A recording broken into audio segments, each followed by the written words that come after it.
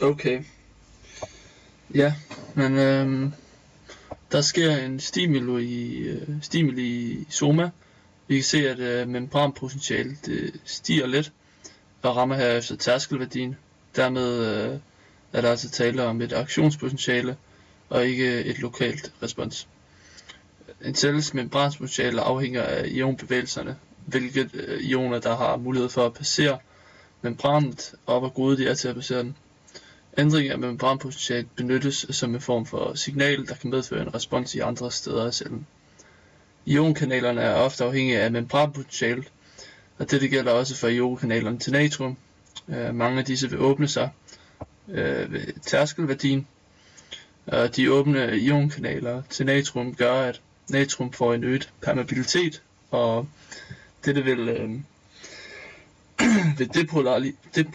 depolarisere membranet.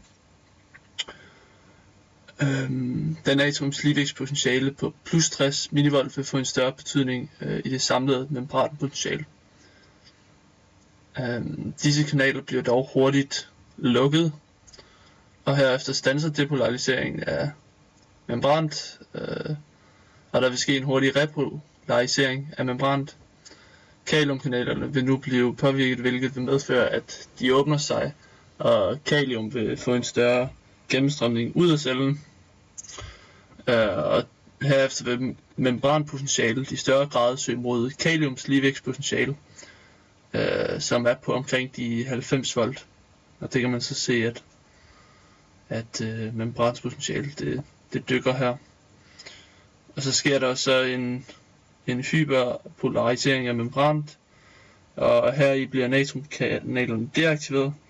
Så selvom tærsklen altså igen nås, så vil de ikke åbne op for kanalerne, og natrium vil ikke kunne strømme ind.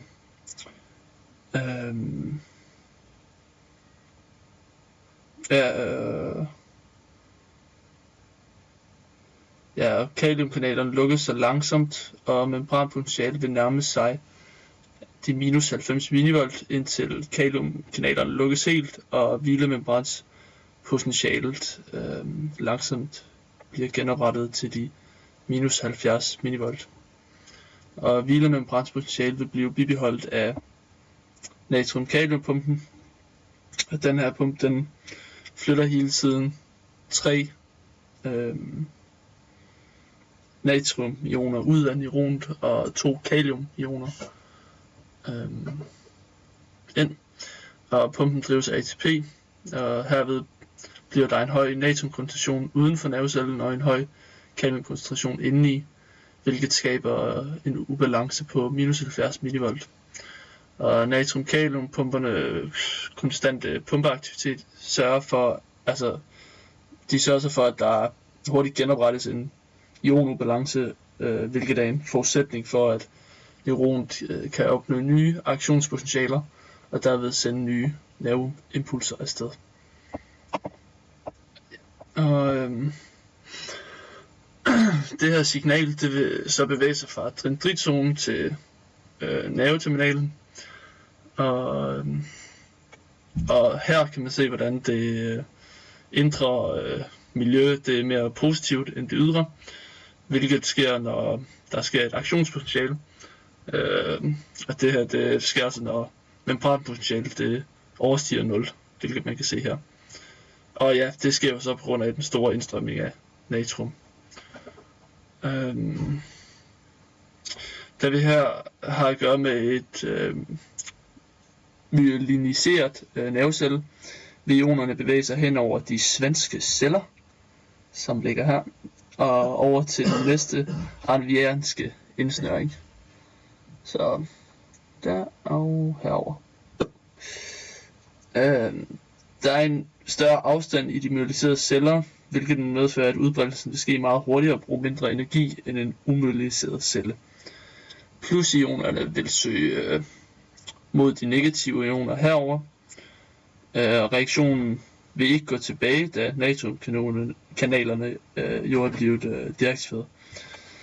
Og herefter vil der ske en dominoeffekt igennem aksonet, indtil signalet når nerveterminalen herover. Ja, og så skal jeg lige så der. Yes. Og som man kan se her, så findes der i den præsynaptiske neuron mange vesikler, som er fyldt med molekyler, som er fyldt med neurotransmitter. Der. Og det er dem, som overfører signal fra den præsynaptiske neuron over til den postsynaptiske neuron. Aktionspotentialet, som sker her i endeknoppen eller i nerveterminalen, vil så depolarisere membranet, hvilket vil åbne for nogle calcium-ionkanaler, hvilket vil gøre, at calcium det vil strømme ind i cellen, og det vil så gøre, at vesiklerne de vil bevæge sig mod membranet, og her vil de så frigive deres neurotransmitter her, og de vil så krydse synapsekløften og binde sig til receptorerne i den postsynaptiske neuron. Og de her neurotransmitter er excitatorisk postsynaptisk potentiale, da de frembringer en depolarisering af membranet, hvilket jo så gør, at disse er dermed bestående af acetylcholin og glutamat. Den binding vil for eksempel kunne påvirke natriumkanalerne i den postsynaptiske neuron, hvilket vil medføre en gennemstrømning af natrium ind i membranen, og hvilket vil medføre en depolarisering af det postsynaptiske neuron og membranet her, og skabe et aktionspotentiale, hvilket vil medføre, at signalet fortsætter. Det var det.